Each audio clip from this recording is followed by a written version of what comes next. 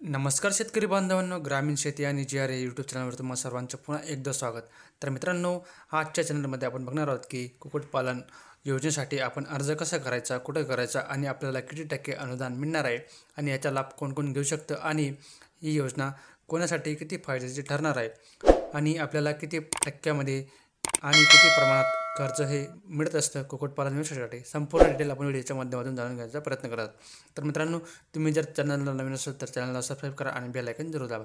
असेच नवीन व्हिडिओ आपण चॅनलच्या माध्यमातून तुम्हापर्यंत पोहोचवण्याचा प्रयत्न करत असतो मित्रांनो. तर मित्रांनो, आजच्या व्हिडिओमध्ये आपण पाहूया कुक्कुटपालन 2025 ही एक उपयुक्त सरकारी योजना आहे जी शेतकरी, बेरोजगार युवक, महिला, आर्थिकदृष्ट्या दुर्बल घटकांसाठी सुरुवात करण्यात आली आहे.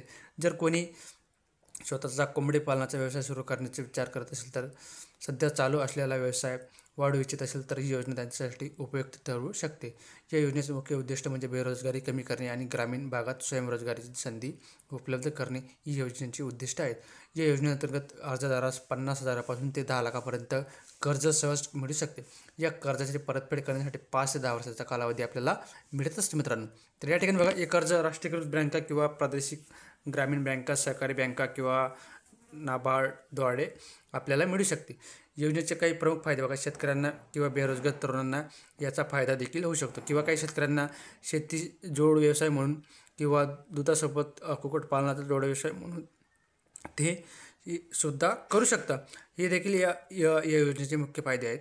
त्यानंतर आपण पुढे बघणार आहोत. या ठिकाणी बघा, अजून एक फायदा तुम्हाला सांगतो की कमी जागेमध्ये हा व्यवसाय आपण करू शकतो. त्यानंतर बघा, या ठिकाणी योजनेसाठी पात्रता बघा, अर्जदार महाराष्ट्र कायमस्वरूपी रहिवासी असावा, त्याचे वय 18 ते 60 वर्ष दरम्यान असावे.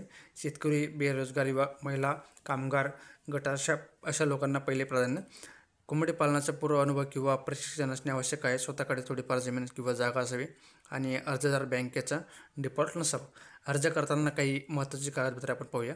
आधार कार्ड, रहिवासी प्रमाणपत्र, मतदान कार्ड, त्यानंतर रेशन कार्ड, पासपोर्ट साईजचे फोटो, एवढे डॉक्युमेंट आपल्याला आणि मोबाईल नंबर, एवढे डॉक्युमेंट आपल्याला लागणार. त्यानंतर बघा, या योजनेसाठी अर्ज करण्यासाठी तुम्ही जवळच्या राष्ट्रीयकृत किंवा ग्रामीण बँकेत जाऊ शकता. तेथे कोंबडी पालन कर्ज योजनेसाठी फॉर्म मिळतो.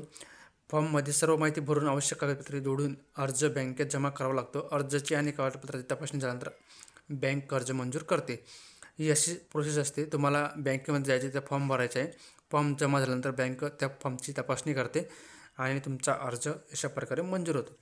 शेवटी जर तुम्ही ग्रामीण भागात रहिवासी असाल तर तुमच्याकडे थोडीशी जागा असेल किंवा मेहनतीची तयारी असेल तर कोंबडी पालन व्यवसाय तुमच्यासाठी चांगले साधन ठरू शकते. तर या ठिकाणी बघा, कुक्कुटपालन व्यवसाय जो होतो तुम्हाला अतिशय महत्त्वाचा आणि फायद्याचा ठरू शकतो. तुमच्याकडे थोडी जागा आहे आणि बँक तुम्हाला लोनसुद्धा देते. तर धन्यवाद. जय हिंद, जय महाराष्ट्र.